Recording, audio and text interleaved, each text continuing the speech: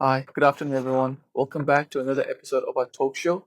In this episode, we'll be talking about the service agreements and why we need them, the importance of it, and how it helps you as much as it helps the agent. So, going on to the first question, what is immigration assistance and who are authorized to give immigration advice? Thank you, Jimmy. Hi, everyone. When you say immigration assistance, it basically means the visa support that an agent gives to their prospective clients. Now, anything that has to deal with the visa, whether it's visa preparation, visa lodgement, visa advice, so all these come under the immigration assistance. Now, when you say who are authorized to give such immigration assistance, so now it's very clear now as per the migration regulations and policies in place, only immigration lawyer, or for that matter, registered migration agents like me, and exempt persons can give immigration assistance.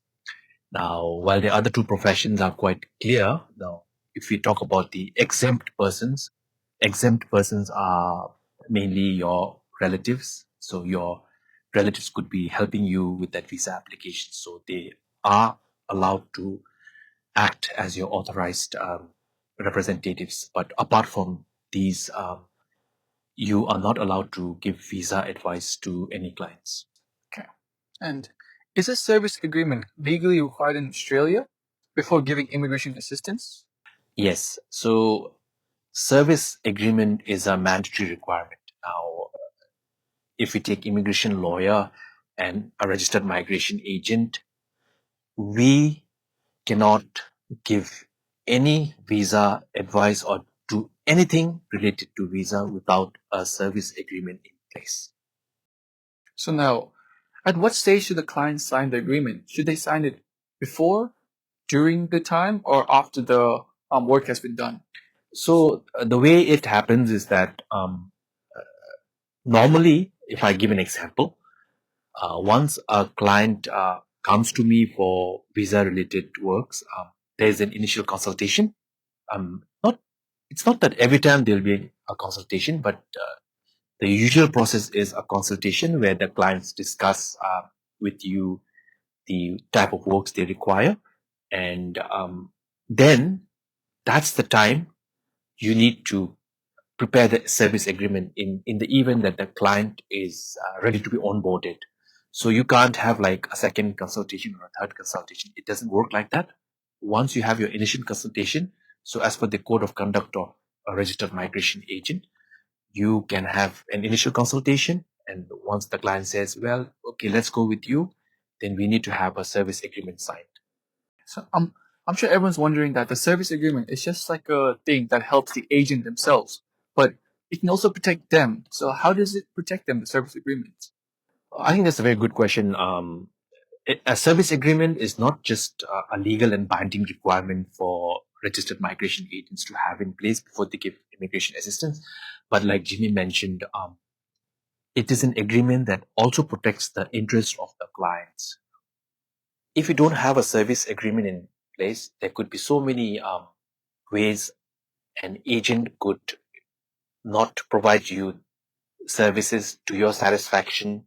So there's no like defined work, defined expectations, defined responsibilities. So it may be a problem if you end up paying the agent to get the work done, but the agent doesn't fulfill your expectations because you don't have an agreement in place. You don't know what's going to happen. You just have verbal promises and interactions with the agent. So in that sense, if you have an agreement in place with the required things mentioned in black and white, it will be to your advantage to ensure that the work gets done properly. So moving forward with that, so what are the key things that should always be mentioned in a service agreement?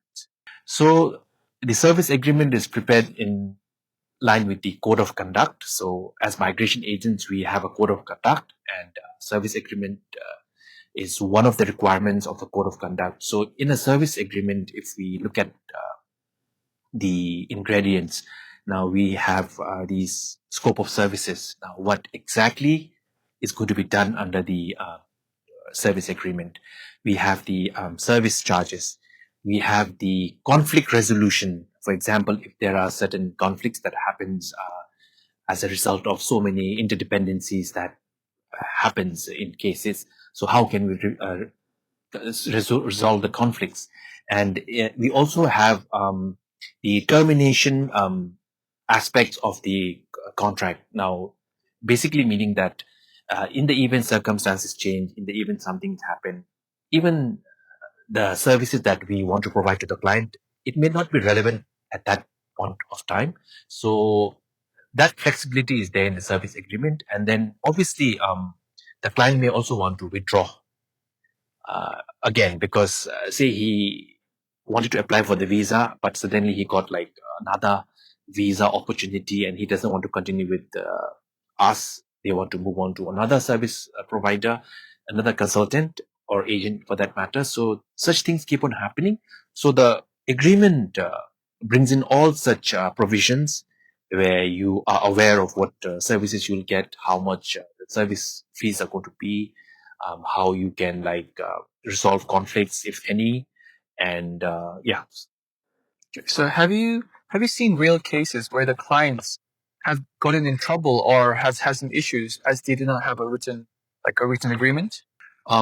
I have heard of a few cases where there was no service agreement, and I'm not even sure if that agent was authorized to give immigration assistance, in the sense whether he or she was an immigration lawyer or just a migration agent for that matter. So I have heard that sometimes there is a bit of a communication gap without an agreement in place. I think the client expectations were not met, in the sense that agent started asking for more service charges based on what he or she was supposed to do. For example, like if a component of the work that the client thought was going to be done under the service agreement, he thought that it would be done, but the agent was strongly of the opinion that that work component is going to incur additional charge.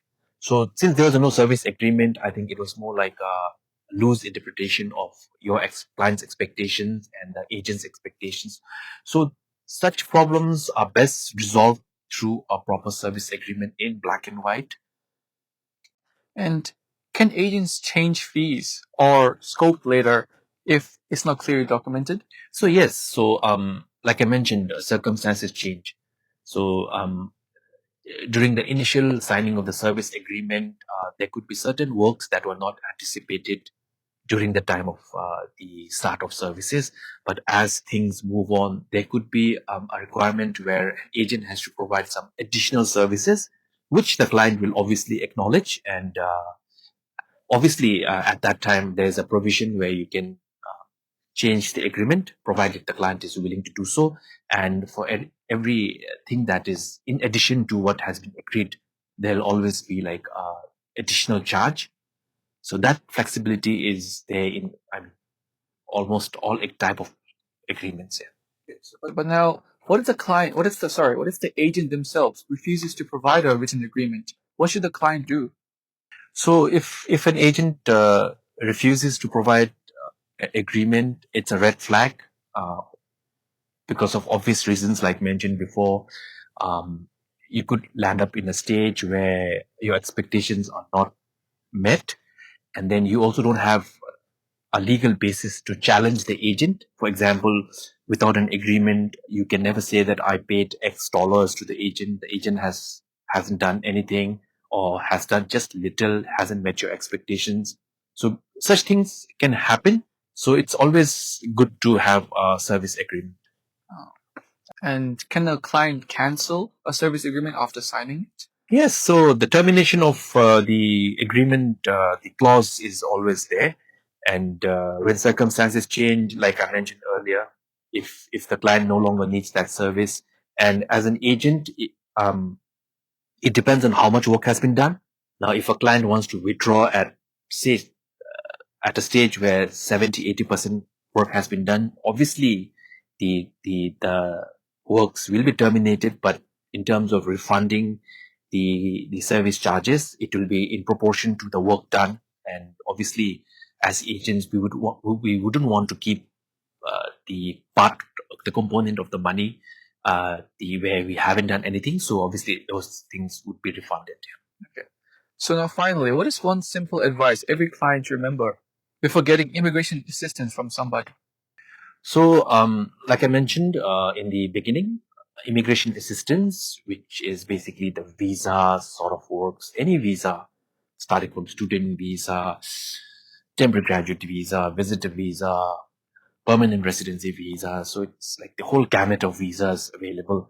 So if you are looking to get some support from anybody in such visas, it is very important to understand that such services can only be given by licensed authorized persons like immigration lawyers or registered migration agents and the exempt persons. So without these people providing immigration assistance, I would strongly urge you not to get in touch with others who are not authorized, mainly because first of all, the Migration Act, the migration regulations, and the Department of Home Affairs is very strict on such matters. They do not want you to get such assistance from unauthorized persons. So you don't want to really like go down that pathway. I would strongly request you not to do so. But I know that it's happening.